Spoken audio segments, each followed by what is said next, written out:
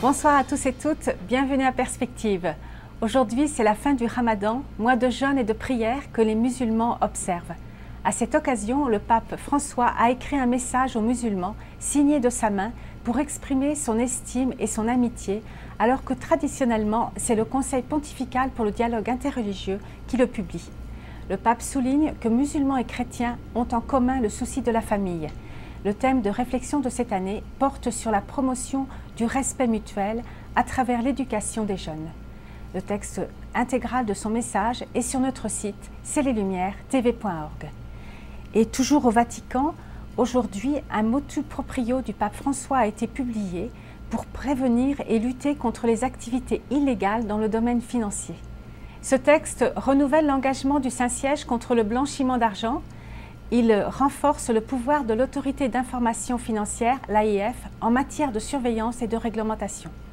Selon le père Lombardi, porte-parole de la salle du presse du Saint-Siège, ce motu proprio est un pas supplémentaire pour être à la hauteur des standards internationaux. Il réagit au micro de Radio Vatican.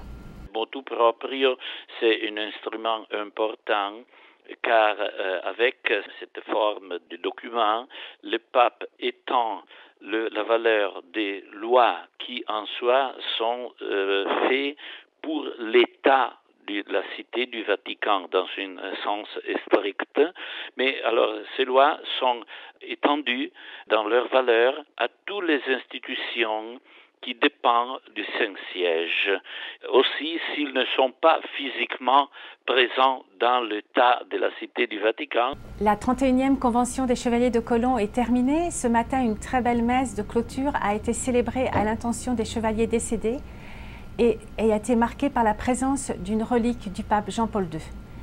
Et durant cette convention, Monseigneur Lacroix, archevêque de Québec, a présenté le nouveau programme de piété mariale des Chevaliers de Colomb, qui sera centré sur l'Immaculée Conception. En effet, l'année 2014 sera une année jubilaire pour le diocèse de Québec, 350e anniversaire de la création de la première paroisse du Canada, Notre-Dame de Québec, fondée par Monseigneur François de Laval, premier évêque qui l'a mise sous le patronage de Notre-Dame de l'Immaculée Conception. Au pays, le diocèse de Saint-Jérôme est en deuil. Monseigneur Charles Valois, évêque émérite de Saint-Jérôme, âgé de 89 ans, est décédé dimanche 4 août. Né à Montréal, ordonné prêtre en 1950 par le cardinal Paul-Émile Léger, évêque de Saint-Jérôme durant 20 ans, il a été membre de nombreuses commissions au sein de l'Assemblée des évêques du Québec et du Canada. Monseigneur Valois s'est fortement impliqué dans les questions sociales. Il a aussi marqué par sa vision ecclésiale, confiant des responsabilités pastorales aux laïcs, hommes et femmes. En 2009, il a écrit un livre dans lequel il laisse son héritage spirituel, le courage de changer. Ces funérailles auront lieu demain en la cathédrale de Saint-Jérôme à 10h30. Et aussi demain, 9 août, l'oratoire souligne l'anniversaire de naissance de Saint Frère André. Le père Claude Groux, recteur de l'oratoire, a invité notre directeur, le père Thomas Rosica, à présider la messe festive à la basilique à 19h30.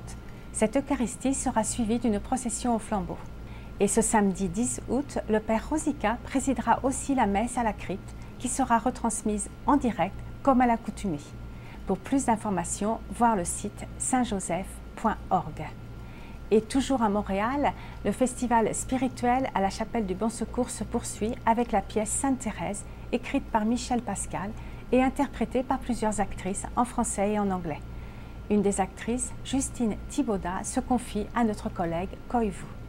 J'essaye de ne pas jouer, je ne joue pas. Je suis pas moi, mais je suis moi en même temps. Je ne joue pas, c'est très naturel en fait. Et puis, c'est tellement... elle m'incarne tellement, je ne sais pas comment dire. Déjà, ne serait-ce que de mettre l'habit, la robe, déjà, on se sent différente. Il n'y a même pas besoin d'essayer de jouer. On est tout de suite incarné dans le personnage, dans la sainte qui est Thérèse. J'ai l'impression, quand je dis que je me laisse jouer par Thérèse, j'ai l'impression comme si elle était là, quoi, comme s'il y avait un flux, quelque chose de puissant. Ça paraît très fou, hein, mais j'ai vraiment l'impression que c'est Thérèse qui m'a choisie pour cette pièce. De par les roses, de par plein de signes, et puis Et puis il y a des gens, hein, des personnes qui viennent me voir à la fin et me disent « vous êtes transparente, c'est Thérèse qui vous a choisi ». Et c'est fou, mais ça paraît incroyable parce que moi ça fait pas longtemps non plus que je connais Thérèse et là avec la pièce je prends le chemin de la foi, puis j'apprends plein de choses, et je découvre plein de choses et j'apprends à aimer le silence, j'apprends à... Il y a plein de choses, vraiment ça m'apporte beaucoup aussi, hein, cette pièce en tant que femme. Hein. L'intégralité de cette interview est en ligne sur notre YouTube. Voilà, c'est tout pour aujourd'hui. Bonne fête de Saint-Dominique.